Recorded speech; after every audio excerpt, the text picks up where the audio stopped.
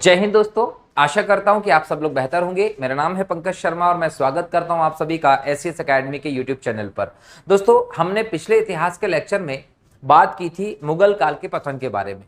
मुगल काल के पतन के बारे में बात करते हुए हमने औरंगजेब के बाद के समस्त मुगल शासकों के बारे में बात की, जो मुगल काल के पतन के लिए कहीं ना कहीं जिम्मेदार शासक भी माने गए। हमने औरंगजेब के बाद बहादुर शाह प्रथम की बात की और अंत में हमने अंतिम मुगल सम्राट बहादुर शाह जफर के बारे में बात की थी। बहादुर शाह जफर जो 1857 की क्रांति का नेता बना था, इसे सैनिकों ने नेता घोषित किया और कहीं ना कहीं जब क्रांति को दबा दिया गया, दमन कर दिया गया, तो बहादुर शाह जफर को 1858 में कैद करके रंगून म्यांमार में रख दिया गया और वहीं पर 1862 में बहादुर शाह जफर की मृत्यु हो गई थी। आज के इस लेक्चर में हम लोग बात करने वाले हैं उन स्वतंत्र राज्यों में से सबसे महत्वपूर्ण राज्य की जो मोहम्मद शाह रंगीला के समय बने थे। मोहम्मद शाह रंगीला के समय जो एकीकृत मुगल शासक थे, मुगल साम्राज्य था, उसका विखंडन प्रारंभ हो गया था। मुगल जो शासन रहा वो अलग अलग स्वतंत्र राज्य में बढ़ गया। जैसे दक्षिण में बात करें तो हैदराबाद एक स्वतंत्र राज्य बना, हैदराबाद के बाद बात करें तो कर्नाटक एक स्वतंत्र राज्य बना, मैसूर टीपू सुल्तान और हैदर अली वाला जो पूरा एरिया था वो एक स्वतंत्र राज्य बन देखते हैं। मराठाओं की एक अलग पावर बन गई थी। उत्तर में जाए तो अवध एक स्वतंत्र राज्य के तौर पर स्थापित हुआ। तो ऐसे करके हम उस समय पूरे आधुनिक भारत इतिहास के समय पे बहुत सारे स्वतंत्र राज्य देखते हैं जब मुगल काल अपने पतन की ओर अग्रसर था। इन्हीं स्वतंत्र राज्यों में से सबसे महत्वपूर्ण जो राज्य रहा दोस्तों, वो रहा बंगाल। बंगाल जो था उस समय भारत का सबसे संपन्न राज्य माना जाता था और संपन्न राज्य माना जाता था और माना जाना भी था क्योंकि इसकी भौगोलिक स्थिति ऐसी थी। इसकी भौगोलिक स्थिति ऐसी थी। दूसरी बात की बंगाल की जो भूमि रही वो बहुत ही उपजाऊ भूमि थी, कृषि की दृष्टि से, है ना, बहुत इंपॉर्टेंट था। इसके अलावा बंगाल पूर्व में एक तटीय राज्य था, तो कहीं ना कहीं यहाँ पर बेहतर बंदरगाह था। व्यापार की दृष्टि से हम देखें तो भी अच्छा था सब कुछ चीजें। तो यहाँ देखा जाए तो बंगाल जो था वो एक बहुत ही संपन्न प्रांत था और शायद इसी वजह से हम कहें कि जो अंग्रेज थे उन्होंने अपनी भारत विजय की जो प्रारंभ किया था वो बंगाल से किया था, जहां दूसरी शक्ति जिनमें डच थे, फ्रांसीसी थे, जिनमें पुर्तगाली थे, वो पश्चिमी भारत या दक्षिणी भारत से भारत विजय का प्लान बना रहे थे। वहीं अंग्रेजों ने जो है वो पूर्वी भारत में बंगाल से अपनी भारत विजय का योजना शुरू की थी। तो कहीं ना कहीं उसके पीछे कारण यही था कि बंगाल की स्थिति ही ऐसी थी कि वहां से वो आए थे। परंतु बंगाल को उस स्थिति तक पहुंचाने के लिए कि अंग्रेज यहीं से शुरुआत करें, एक इंपॉर्टेंट व्यक्ति का बहुत बड़ा योगदान माना जाता है। वो व्यक्ति था मुर्शिद कुली खां। मुर्शिद कुली खां का एक इंपॉर्टेंट योगदान है बंगाल की संपन्नता में। तो मुर्शिद कुली खां जो रहा वो बंगाल को स्वतंत्र राज्य के तौर पर स्थापित करने वाला व्यक्ति रहा। क्लियर? अगर हम इसके बारे में थोड़ा सा बेस से देखें तो याद रखिएगा कि मुर्शिद कुली खां जो है, इसको सन 1700 में जब औरंगजेब शासक था तो औरंगजेब ने मुर्शिद कुली खां को बंगाल का दीवान बनाया था। याद रखिएगा, दीवान बनाकर भेजा था। किसे? मुर्शिद कुली खां को। अब मुर्शिद कुली खां को सन 1700 में औरंगजेब ने बंगाल का दीवान बनाकर भेजा। देखा जाए तो इस समय से ही ये बंगाल का एक शासक के तौर पर बन जाता है। एक्चुअल में यहीं से इसकी शुरुआत हो जाती है बंगाल पे हेड नवाब के तौर पर बनने की। लेकिन यहां देखिए कि अभी औरंगजेब जीवित है और औरंगजेब एक बहुत ही कट्टर, बहुत शक्तिशाली शासक था। इसके समय पर किसी भी प्रकार की ऐसी गतिविधि करना संभव नहीं था। तो मुर्शिद कुली खां दीवान की हैसियत से बंगाल में जाता है और अपना काम शुरू करता है। काम तो ये सन 1700 से ही शुरू कर देता है अपना, ये याद रखना है आपको। इसके बाद देखें तो 1707 में औरंगजेब की मृत्यु हो गई। अब औरंगजेब की मृत्यु जो है वो 1707 में जब हो गई तो आफ्टर बोल सकते हैं पोस्ट मुगल पीरियड के जो शासक रहे उनका शासन शुरू हुआ। उसमें बहादुर शाह प्रथम आता है, जहांदार शाह आता है और बाद में आता है कौन? फर्रुखशियर। तो फर्रुखशियर जो बना शासक, उसने सन 1717 में, याद रखिएगा 1717 में फर्रुखशियर, नाम याद रखिएगा, फर्रुखशियर ने सन 1717 में जो मुर्शिद कुली खां है, मुर्शिद को बंगाल का सूबेदार बनाया, बंगाल का सूबेदार बनाया था। अब याद रखिए कि मुर्शिद कुली खां अब बंगाल का सूबेदार बना दिया गया है, किसके द्वारा? फर्रुखशेर के द्वारा। लेकिन यहां ये देखने को मिल रहा था कि लगातार ये जो मुगल शासक थे वो उदासीन थे, शासन में इनकी कोई योजना नहीं थी। तो एक प्रकार से देखा जाए तो मुर्शिद कुली खां ने देखा कि भाई इनका कोई इंटरेस्ट नहीं है शासन प्रशासन में, और ऐसा ही चला तो बंगाल सुधरने से रहा। तो कहीं ना कहीं मुर्शिद कुली खां ने ये रियलाइज किया, और लगभग 1722 और 24 का समय था। इस समय 1722 में, लगभग 1722 में मुर्शिद कुली खां ने बंगाल की एक स्वतंत्र राज्य के तौर पर स्थापना कर दी।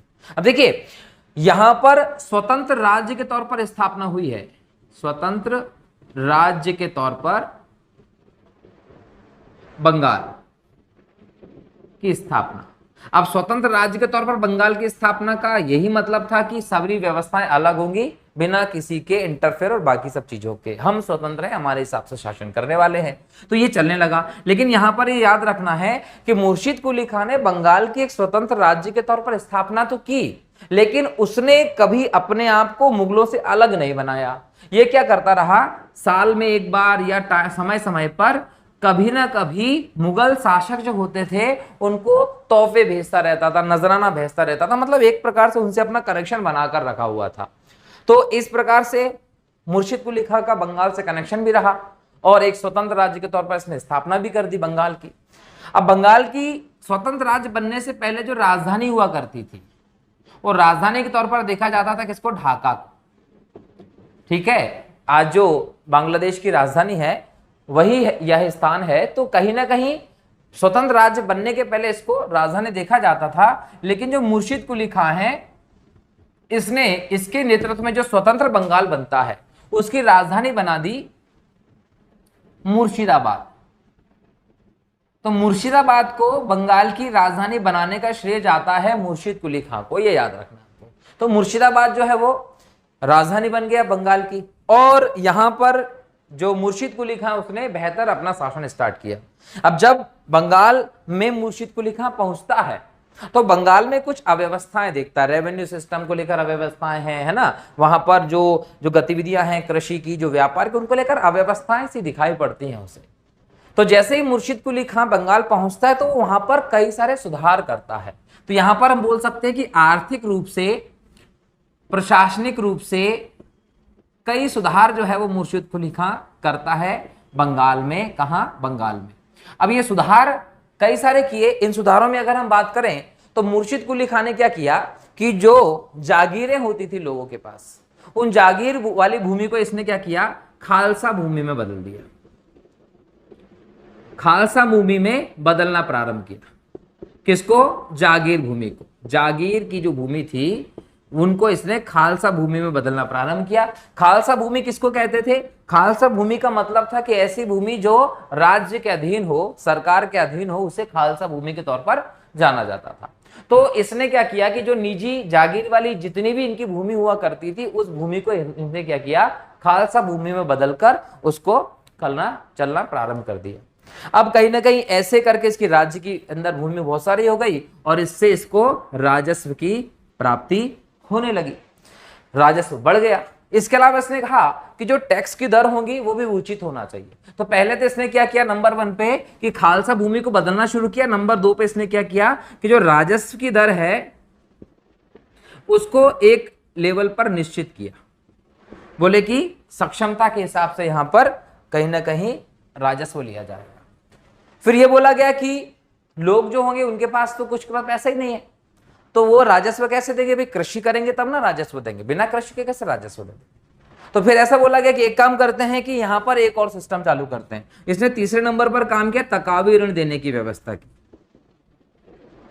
अब इसने क्या किया? तकावी ऋण बोले तो एडवांस में पैसा देना शुरू कर दिया कि एक काम करिए, पैसा लीजिए, कृषि करिए और कृषि करके हमें राजस्व चुकाइए। तो इस प्रकार की व्यवस्था किसने की? मुर्शिद कुली खां ने बंगाल में कर दी। तो देखिए, बंगाल की राजधानी बदलने की बात हो, खालसा भूमि में जागीर भूमि को बदलने की बात हो, राजस्व दर निश्चित करने की बात हो, तकावी ऋण देने की बात हो, सिंचाई सुविधाएं करने की बात हो, ये सारी चीजें किसने की? मुर्शिद कुली खां ने बंगाल का नवाब बनने के बाद की। और इस प्रकार से देखा जाए तो एक कृषक अर्थव्यवस्था जो होती है वो मुर्शिद कुली खां ने बंगाल में स्थापित कर दी थी। तो इस प्रकार से कृषक अर्थव्यवस्था के तौर पर बंगाल को स्थापित किया। कहीं ना कहीं बंगाल का रेवेन्यू और बाकी सब चीजों में आपको एक वृद्धि देखने को मिलती है जब हम मुर्शिद कुली खां के शासन की बात करते हैं। तो इसने मुर्शिद कुली खां ने अपना पूरा जो फोकस रखा वो बंगाल की अर्थव्यवस्था में कृषि व्यवस्था को अच्छा करने में दिया था कि कृषि व्यवस्था को आप बेहतर कर सकते हैं और उसके लिए कहीं ना कहीं राज्य का अच्छा ही होगा। तो ऐसे करते रहे। अब इन सब सुधारों को करते करते लगभग आप बोल सकते हैं 1726 का समय हो गया और कहीं ना कहीं 1727 तक आते आते मुर्शिद कुली खां की मृत्यु हो जाती है। जब मुर्शिद कुली खां की मृत्यु हो जाती है तो फिर बंगाल में नवाब बदलता है। तो यहां याद रखिएगा, अगर एग्जाम में पूछा जाता है कि बंगाल जो है उसमें जो पहला नवाब कौन बना स्वतंत्र राज्य के तौर पर, तो आप बताएंगे मुर्शिद कुली खां बंगाल का पहला नवाब था जिसने बंगाल की स्वतंत्र राज्य के तौर पर स्थापना की थी। अब ये तो हमने बात की अभी तक किसकी, मुर्शिद कुली खां के बंगाल के नवाब बनने की बात। लेकिन यहां एक और व्यवस्था हमको देखनी पड़ेगी कि यहां कहीं ना कहीं एक शक्ति आएगी जिससे हमारा कॉन्फ्लिक्ट होना है, वो शक्ति होगी ब्रिटिश। तो यहां थोड़ा सा देखिए कि जो अंग्रेज हैं उन्होंने भारत में 1611 से 1613 में ही अपनी फैक्ट्री बनाना स्टार्ट कर दी। 1611 में दक्षिण में मसूलीपट्टनम में और 1613 में इनकी फैक्ट्री सूरत में बन गई थी। तो ये फैक्ट्री कहां थी, मसूलीपट्टनम में, दक्षिण में पहली फैक्ट्री थी और ये फैक्ट्री बनाई गई थी सूरत में। जहांगीर के समय पर ही फैक्ट्री बनाने का इतिहास शुरू हो गया था।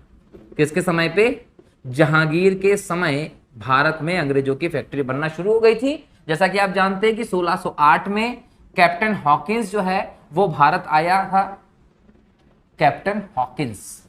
और कैप्टन हॉकिंस भारत आया था, कहीं ना कहीं कैप्टन हॉकिंस कंपनी का पहला दूत के तौर पर भारत आया था ब्रिटेन से। ब्रिटिश इंडिया कंपनी का पहला व्यक्ति दूत था जो भारत आया 1608 में। अब 1608 में आया, लेकिन ये आना किसके दरबार में चाहता था, जो पत्र लेकर आया था ना वो अकबर के नाम का लाया था।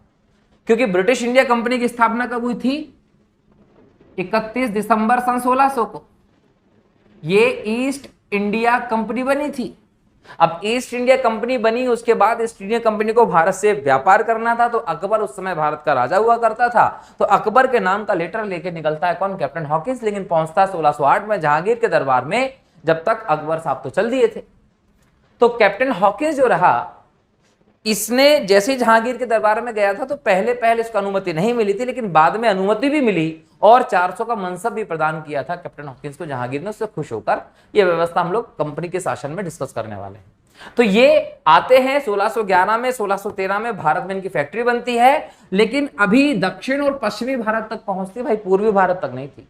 पूर्वी भारत में जो फैक्ट्री खोलने का सिलसिला शुरू करते हैं 1633 से इनका सिलसिला प्रारंभ होता है, जब हमारे देश में शासक कौन बन जाता है, शाहजहां।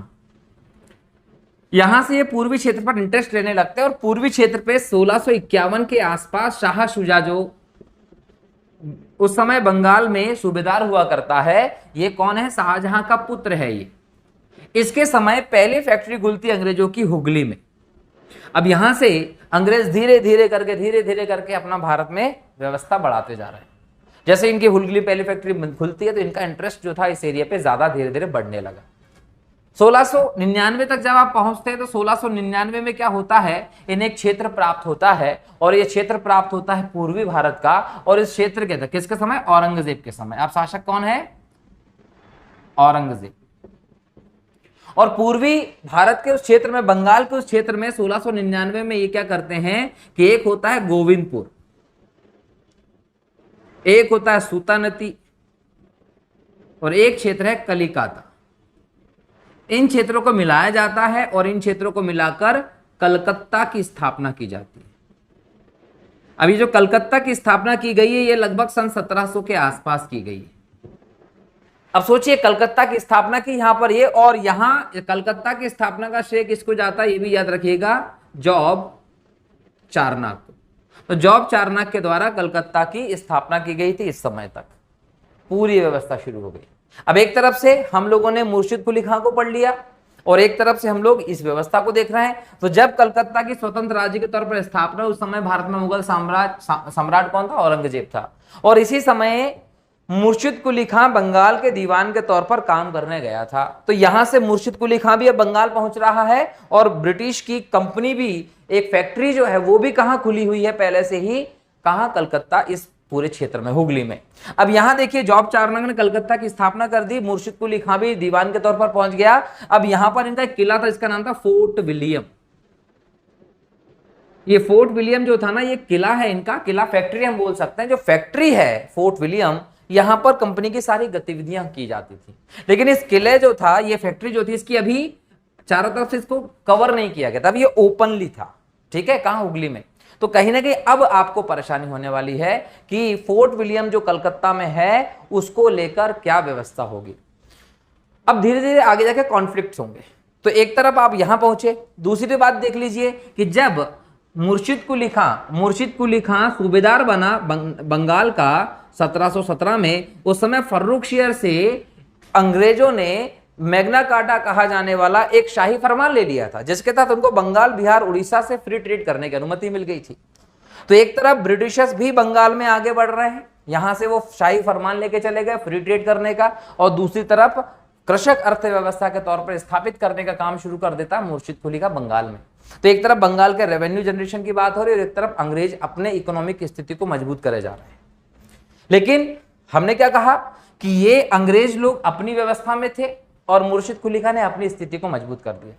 अब धीरे धीरे करके जो अंग्रेज हैं उनकी महत्वाकांक्षा जो है वो बढ़ती जाएगी, और अंग्रेजों की महत्वाकांक्षा बढ़ती जाएगी तो फिर उनको कहीं ना कहीं आप रोकने की कोशिश करोगे, और रोकते हैं एक समय तक, उसके बाद कॉन्फ्लिक्ट होने लगते हैं। बहरहाल हम पहले उनको देख लेते हैं जो कि मुर्शिद कुली खां के बाद बंगाल के नवाब बनते हैं, फिर हम लोग मुर्शिद कुली खां के बंगालों का अंग्रेजों के साथ कॉन्फ्लिक्ट और बाकी की चीजों को समझेंगे।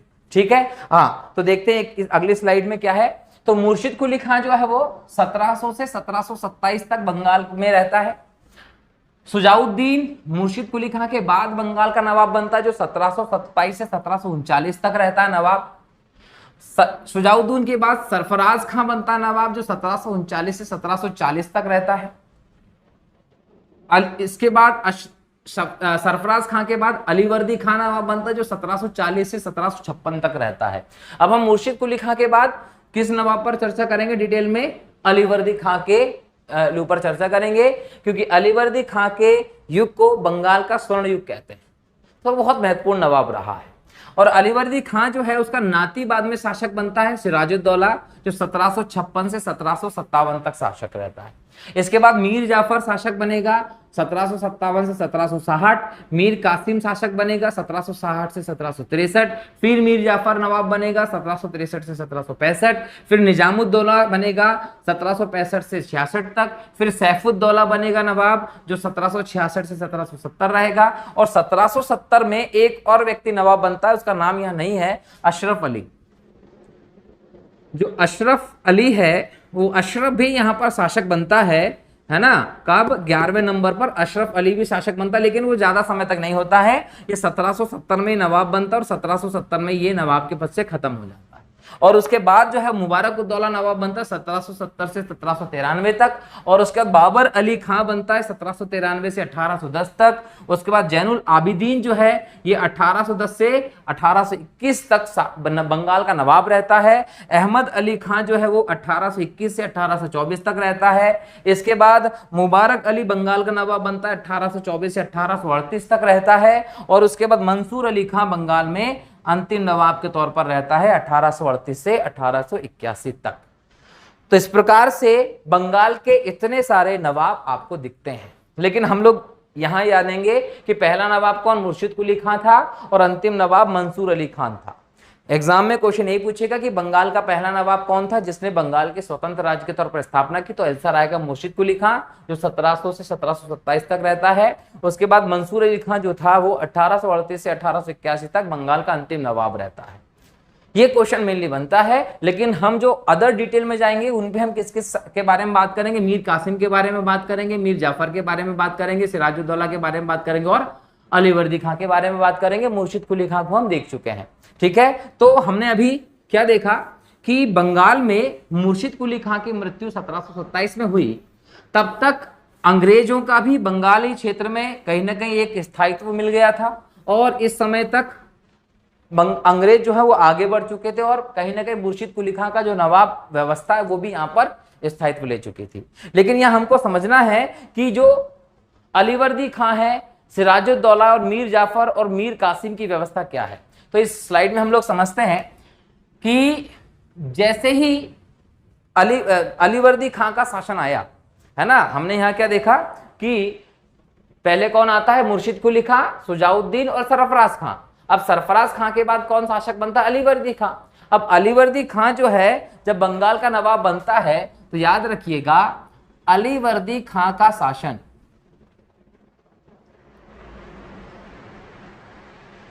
स्वर्ण युग कहलाता है बंगाल में। इसके शासन का स्वर्ण युग क्यों कहते हैं उसको समझते हैं। जब हमने मुर्शिद कुली खां की बात की थी तो मुर्शिद कुली खां ने केवल कृषि व्यवस्था की बात की थी। मुर्शिद कुली खां ने कहा था कि मैं कृषि की इकोनॉमी के तौर पर बंगाल को स्थापित कर दूंगा। लेकिन अलीवर्दी खां ने कृषि को तो साथ दिया ही दिया, साथ में व्यापारिक व्यवस्था को भी इसने बढ़ावा दिया। इसने कहा कि बंगाल को एक व्यापारिक केंद्र के तौर पर भी स्थापित होना चाहिए और बंगाल की व्यापारिक गतिविधि, व्यापारिक क्षेत्र को भी इसने प्रमोट करना, सुधारना शुरू कर दिया था। और जब इसने व्यापार और इन सब चीजों पर ध्यान दिया तो इसको पता चला कि यहां से बाहरी व्यापार भी होता है। बड़ी चतुराई के साथ उन शक्तियों को इसने मेंटेन किया। वो अलीवर्दी खां ही था जिसने चंद्रगिरी जो फ्रांसीसी की बस्ती हुआ करती थी और जो फोर्ट विलियम वाली व्यवस्था जो है हुगली वाला, तो फोर्ट विलियम जो है ब्रिटेन का एरिया, इसको ये जो अंग्रेजों का क्षेत्र हुआ करता था इसको भी मेंटेन किया और इसको भी मेंटेन। और यहां पर बोला गया कि दोनों की दोनों शक्तियां जो हैं वो किलाबंदी नहीं करेंगी। याद रखना है कि दोनों शक्तियां किलेबंदी नहीं करेंगी। ये किसने कह दिया, अलीवर्दी खां ने कह दिया। और अलीवर्दी खां अपनी प्रशासनिक कहीं ना कहीं महत्वपूर्ण तकनीकों के माध्यम से, नीति के माध्यम से इन्हें फोर्ट विलियम की, चंद्रगिरी की बस्तियों की किलाबंदी करने से रोक देता है। जब तक अलीवर्दी खां रहता है तब तक ये किसी भी प्रकार से बंगाल में ऐसी गतिविधि नहीं कर पाते और सारी चीजें नियंत्रण में थी। और अलीवर्दी खां ने बेहतर तरीके से कृषि और व्यापार को बढ़ावा दिया, नियमित रेवेन्यू आता रहा, बंगाल उन्नति की तरफ बढ़ता रहेगा। तो कहीं ना कहीं मुर्शिद कुली खां ने जो काम शुरू किया था उसको अपने चरम पर पहुंचाने का काम करता है कौन, अलीवर्दी खां।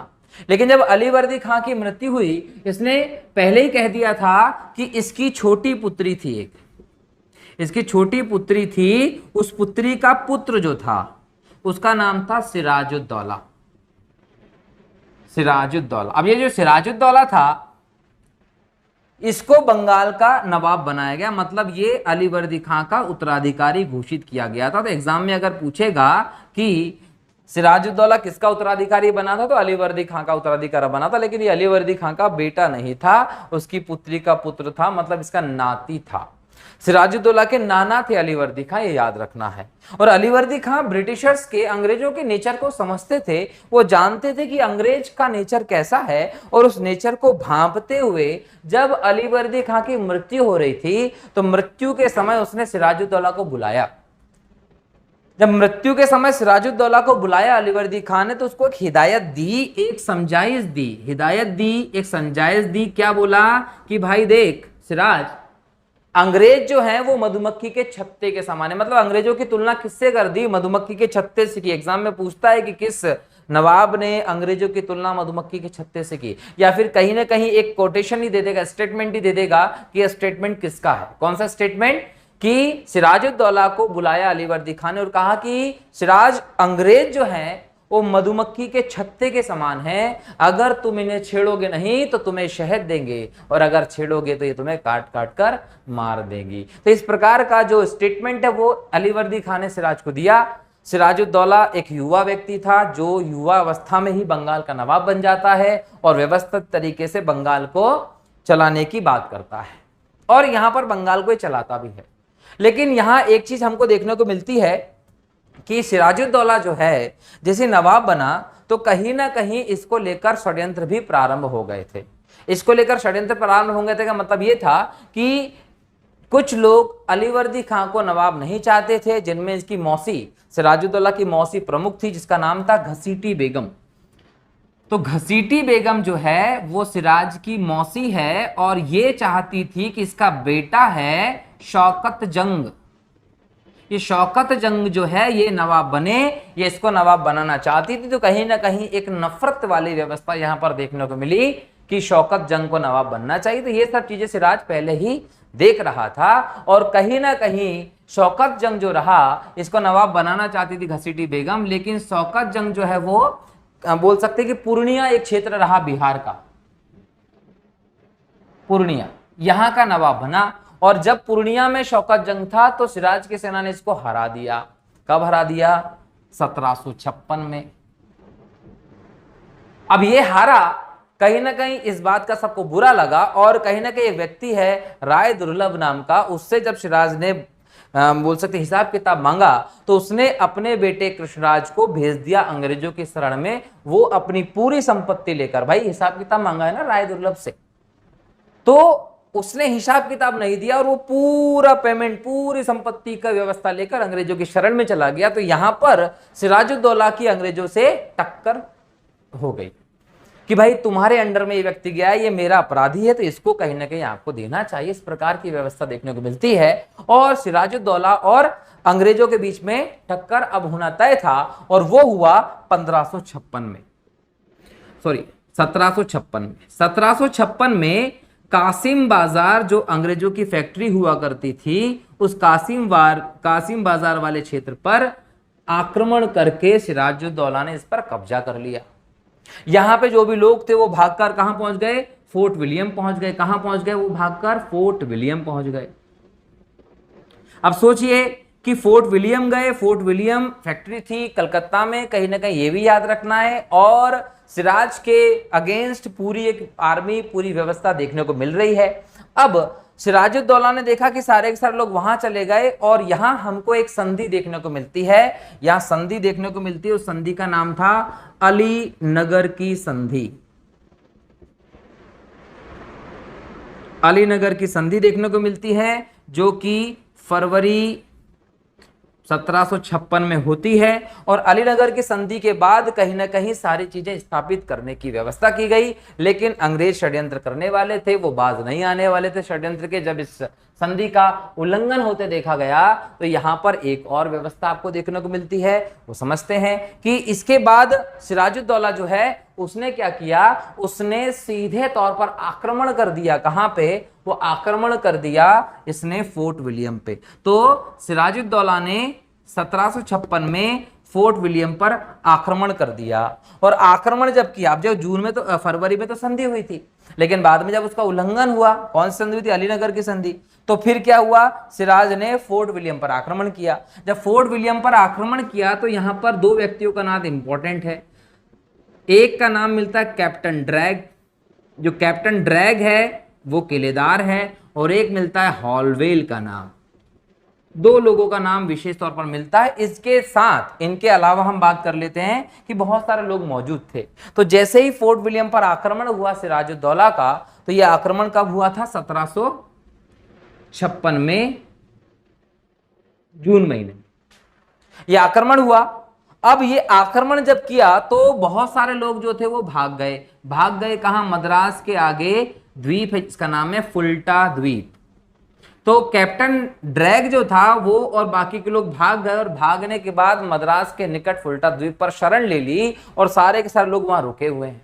फंस गए कौन? हॉलवेल। और हॉलवेल के साथ यहां पर देखने को मिलते हैं 146 लोग, मतलब हॉलवेल को मिलाकर टोटल 146 लोगों को सिराजुद्दौला ने अपने कब्जे में रख लिया और इनको एक छोटे से कमरे में कैद कर दिया। छोटे से कमरे में कैद कर दिया, बताते हैं कि लगभग 14 बाई 10 का कमरा था छोटा सा। उस कमरे में सिराजुद्दौला ने 146 लोगों को बंद किया।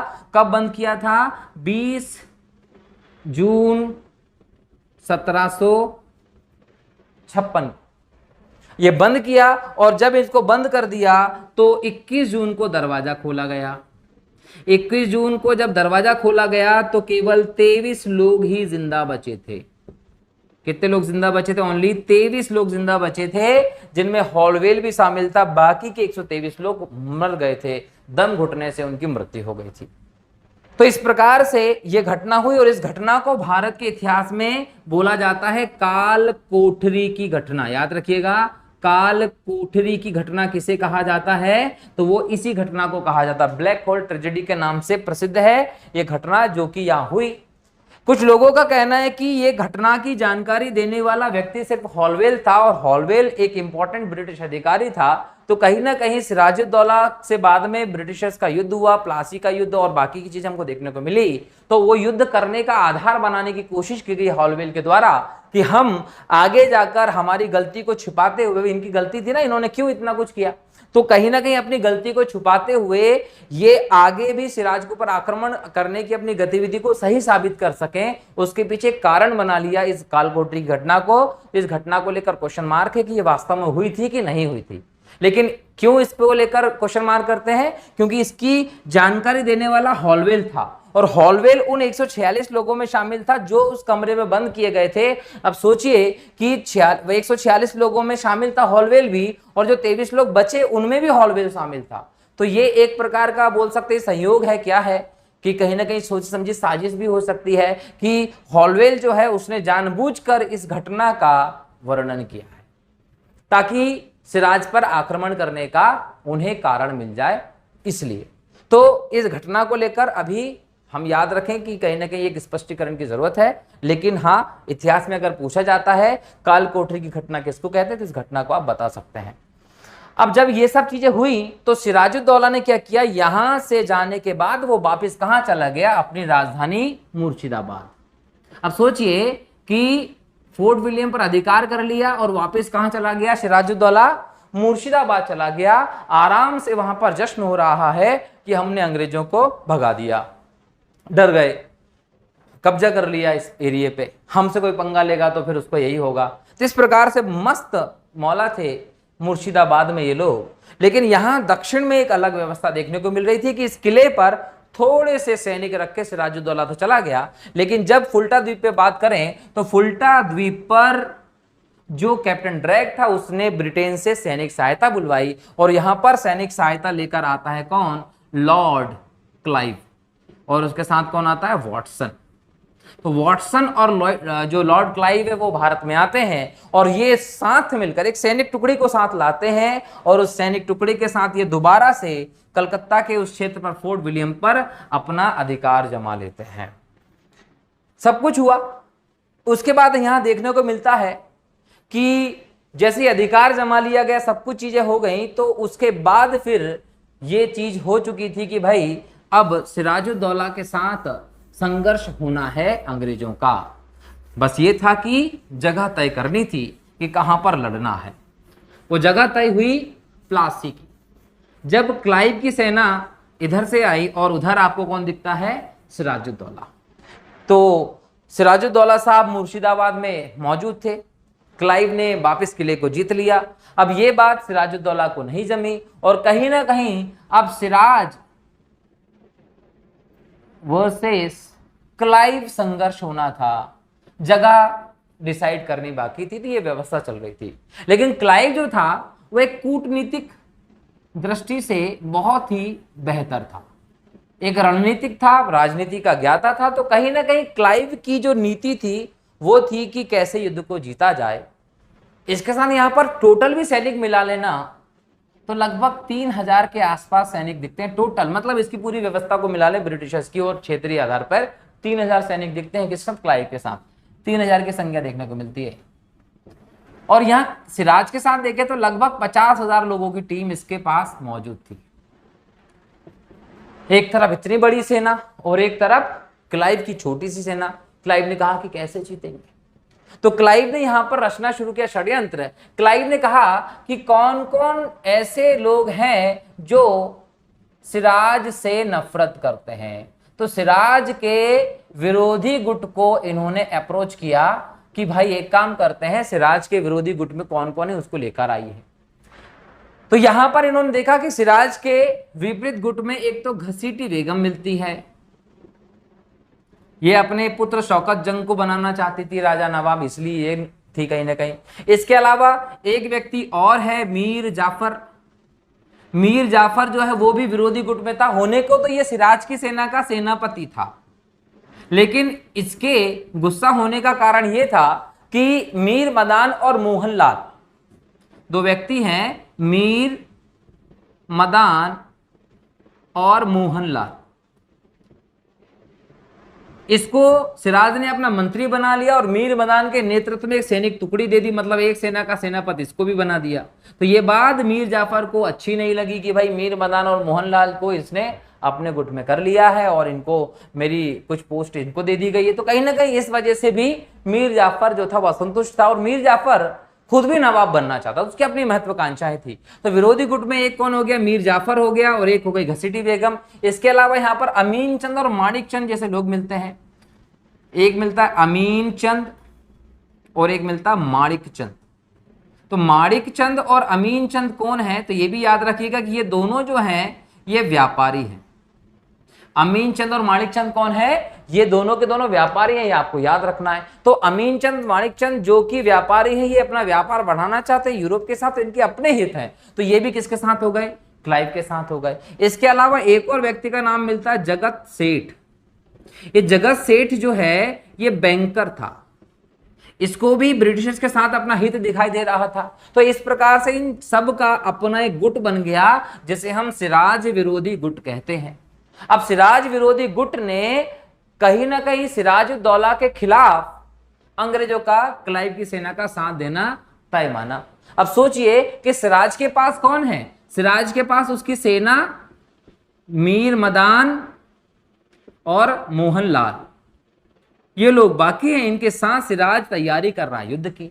और इन सब व्यवस्था में इनका पहले एक संधि हो गई, किससे, क्लाइव के साथ। संधि में बोल दिया गया कि इन सबको इनकी व्यवस्था के हिसाब से चीजें दी जाएंगी और मीर जाफर को अगला नवाब बना दिया जाएगा। ये सब चीजें सेट कर ली इन्होंने। और इसके बाद हुआ ये कि 23 जून 1757 को प्लासी जो है भागीरथी के पूर्व में एक स्थान है बंगाल में, इस स्थान को चुन लिया लड़ने की जगह। सिराजुद्दौला अपनी आर्मी के साथ आता है और क्लाइव अपनी आर्मी के साथ आता है। और ये जो यहां पर युद्ध हुआ वो युद्ध कुछ घंटों में ही खत्म हो गया। इसको युद्ध कह ही नहीं सकते, मतलब कोई युद्ध होगा तो थोड़ा सा लंबा चलता है, लेकिन कुछ घंटों में ही नतीजा आ गया सिराज की हार के तौर पर। अब सिराज की हार के तौर पर कुछ घंटों में जो नतीजा आ गया, वो नतीजा एक्चुअल में ये व्यवस्था वो है कि पहले ही नतीजा तय था। अब सोचिए जरा सा कि सिराज के नेतृत्व में एक बड़ी सेना जो थी वो मीर जाफर के नेतृत्व में एक सिराज की बड़ी सेना थी, वो युद्धभूमि में आई नहीं। कुछ देर तक मीर मदान और मोहनलाल ने मोर्चा संभालने की कोशिश की, लेकिन वो कब तक करते कि एक इतनी बड़ी सेना के आप मालिक हो, लेकिन इतनी बड़ी सेना में से बहुत सारे लोग तो आए नहीं है। तो ऐसे में युद्ध में सिराज की हार पहले से तय थी, बस उसका नतीजा देखना था ऑफिशियली। तो वो कुछ घंटे की झड़प के बाद दिख जाता है। और प्लासी के युद्ध में जो 23 जून 1757 को हुआ, उसमें सिराजुद्दौला की सेना हार जाती है। जो सिराजुद्दौला की सेना हारी, उसके बाद जो प्लासी का रिजल्ट आप देखते हैं, उसमें कई सारे लोगों का अलग अलग कथन होता है, लेकिन हम कहते हैं कि सिराजुद्दौला की जब हार हुई इस युद्ध में, उसके बाद जो नतीजा आया वो नतीजा ये नहीं था कि ब्रिटिशर्स अब भारत पे राज करने वाले हैं। वो नतीजा ये था कि अब भारतीयों का भारत पे राज नहीं होगा, ये व्यवस्था की गई। तो कहीं ना कहीं ये सिस्टम हुआ और वादे के मुताबिक मीर जाफर जो था उसको सेनापति बना दिया गया। वादे के मुताबिक जो बंगाल का क्षेत्र रहा, उस क्षेत्र से बंगाल बिहार उड़ीसा के क्षेत्र के दीवानी अधिकार जो थे वो अंग्रेजों को मिले और मीर जाफर उन्हें नजराना देते रहा। कहीं ना कहीं ये व्यवस्था सेट हुई। क्लियर? चलिए अब हम थोड़ा सा आगे की बात करें मीर जाफर को नवाब बनाकर। ये तो था सिराजुद्दौला का अंत हो जाना। अब सिराजुद्दौला का तो अंत हो गया, लेकिन अब हाईलाइट होता है मीर जाफर।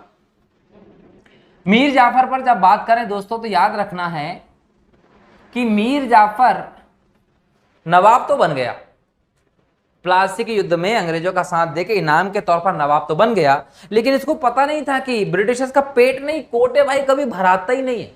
इसने कह दिया था कि भाई मैं ईयरली आपको पैसे भी दूंगा, इन क्षेत्रों से आप दीवानी अधिकार भी ले लो, लेकिन मीर जाफर अंग्रेजों की इच्छा पूर्ति कभी कर ही नहीं पाया और एक समय ऐसा हुआ कि अंग्रेज मीर जाफर से असंतुष्ट होने लगे कि भाई तुम हमें जितना पैसा चाहिए, जितनी व्यवस्था चाहिए वो नहीं दे पा रहे हो। और अंत में हुआ ये कि इसका दामाद होता है मीर कासिम। मीर कासिम जो कि मीर जाफर का दामाद है, इसको बाद में नवाब बनाया जाता है। इसको नवाब बनाने की जो व्यवस्था है वो होती है 1760 में, जब बेंसीटाट जो है वो आता है बंगाल में गवर्नर के तौर पे। तो बेंसीटाट जब आता है बंगाल में तो बेंसीटाट और कासिम के बीच में संधि होती है। संधि में मीर जाफर की जगह पर कासिम को नवाब बनाना कहीं ना कहीं तय किया जाता है और मीर जाफर को हटाकर मीर कासिम को नवाब बना दिया जाता है। और वही होता है कि अंग्रेज जो है वो दीवानी अधिकारों के साथ अपना ट्रेड करने वाले हैं और कहीं ना कहीं यहां नवाब जो होगा वो उन्हें पैसा देता रहेगा। ठीक है भाई, ये भी है कि हाँ पैसा देते रहेंगे, लेकिन ये भी समझना है कि मीर कासिम जो है वो एक युवा पीढ़ी का व्यक्ति है, सिराज के भांति ही। और ये थोड़ा सा कहीं ना कहीं बोल सकते हैं कि एक अच्छा राजनीतिक आधार भी रखता है। इसको बोल सकते हैं शाना था, थोड़ा सा चालू था, तेज था थोड़ा सा। तो मीर कासिम जो है वो अंग्रेजों को पैसा देता रहा, लेकिन वो जानता था कि अंग्रेज क्या है। तो उसने क्या किया, साइड में फ्रांसीसी की सहायता से अपनी सेना तैयार की।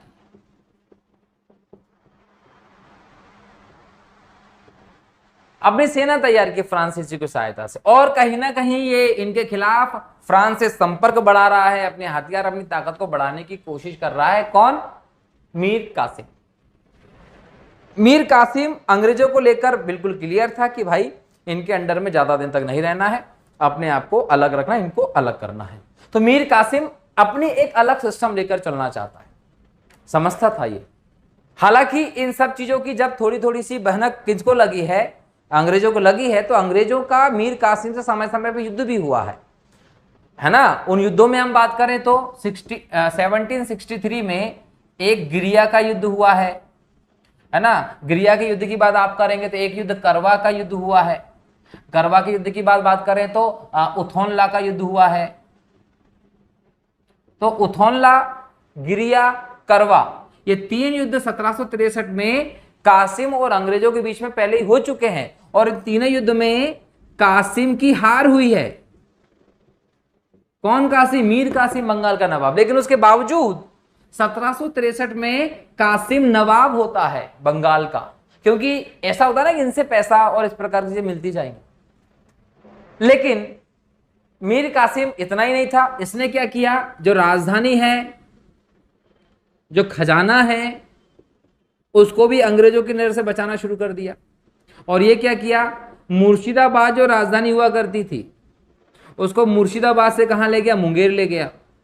फ्रांसीसी से संपर्क और बढ़ा दिया। तो इस प्रकार से मीर कासिम ने कहीं ना कहीं कोशिश की कि हाँ इससे बचा जाए। अब छोटी छोटी घटनाओं के कारण कहीं ना कहीं दोनों में कॉन्फ्लिक्ट तो देखने को मिल रहा था, लेकिन हुआ पता है क्या कि एक कारण बन गया कि मीर कासिम को हटा दिया गया और मीर जाफर को दोबारा लाएंगे और एक युद्ध होता बक्सर का।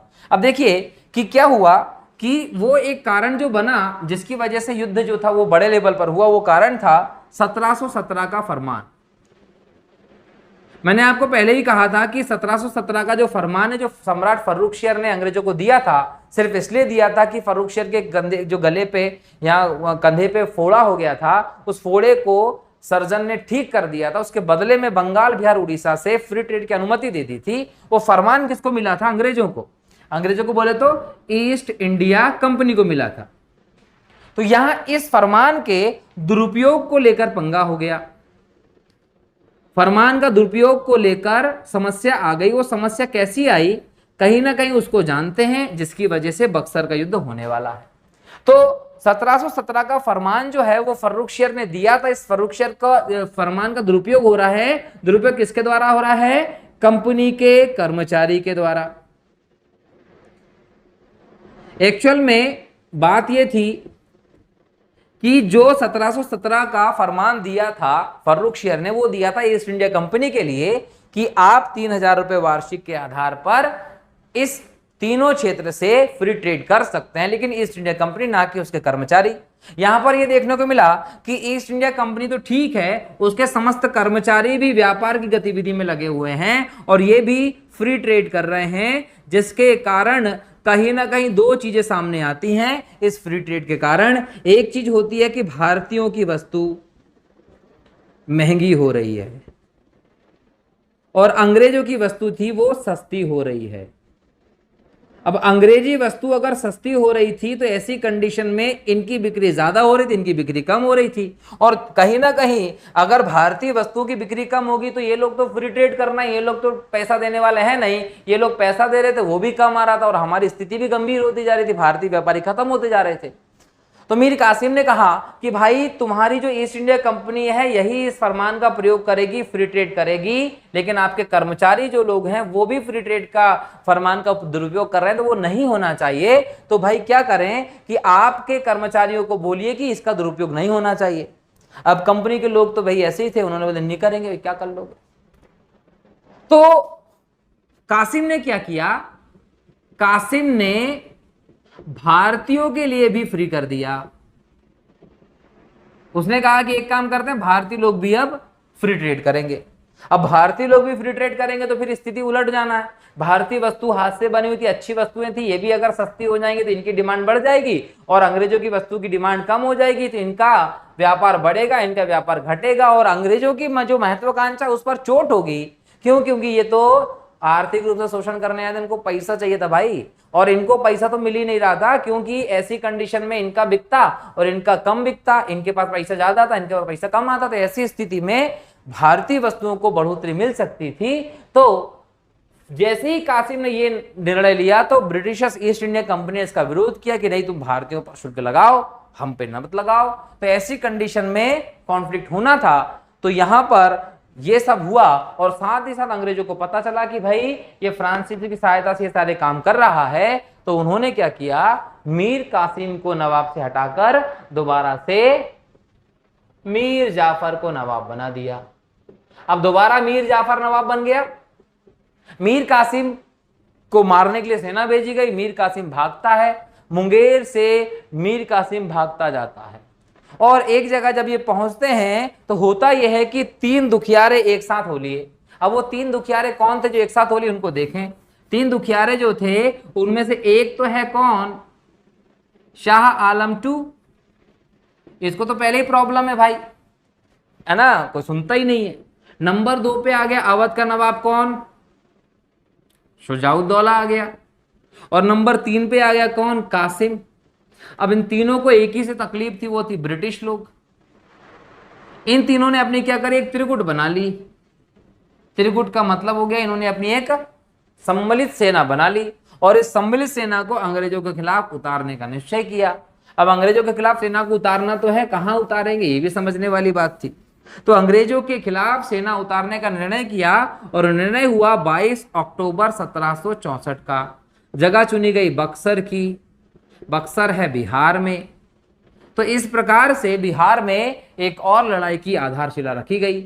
एक तरफ थे अंग्रेज, एक तरफ थे त्रिगुट, और त्रिगुट में आपको पता ही ये तीनों की सेना शामिल थी। अब अंग्रेज की तरफ से हेक्टर मुनरो ये नेतृत्व कर रहा था और यहां से त्रिगुट है। ये वास्तव में युद्ध था, ये वास्तव में युद्ध था जिसमें हम बोल सकते हैं कि लड़ाई हुई और इसमें त्रिगुट जो है इसकी हार हुई। और त्रिगुट तो हार हुई, लेकिन रिजल्ट क्या रहा, रिजल्ट रहा जो प्लासी का युद्ध का निर्णय था उस पे मुहर लग जाना। तो आप ये बोल सकते हो कि बक्सर के युद्ध ने प्लासी के निर्णय पर मुहर लगा दी थी। प्लासी का निर्णय क्या था कि भारतीय अब भारत पर राज नहीं करेंगे और इस बात को फिक्स कर दिया बक्सर के युद्ध ने कि अब तो सच में ही भारतीय लोग भारत पर राज नहीं करेंगे। कौन करेगा, ब्रिटिशर्स राज करने वाले हैं अब भारत पर।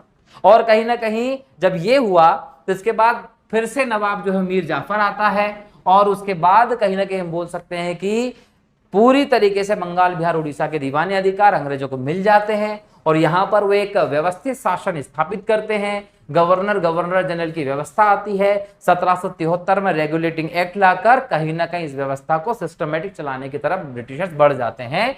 ये चीजें तो यहां हम लोगों ने एक शॉर्ट लेक्चर के तौर पर ये चीजें देख ली हैं कि भाई किस प्रकार से बंगाल के नवाबों के अधीन बंगाल आगे बढ़ता है। तो यहां से चीजें हुई। अब दो चीजें और देखने को मिलती हैं।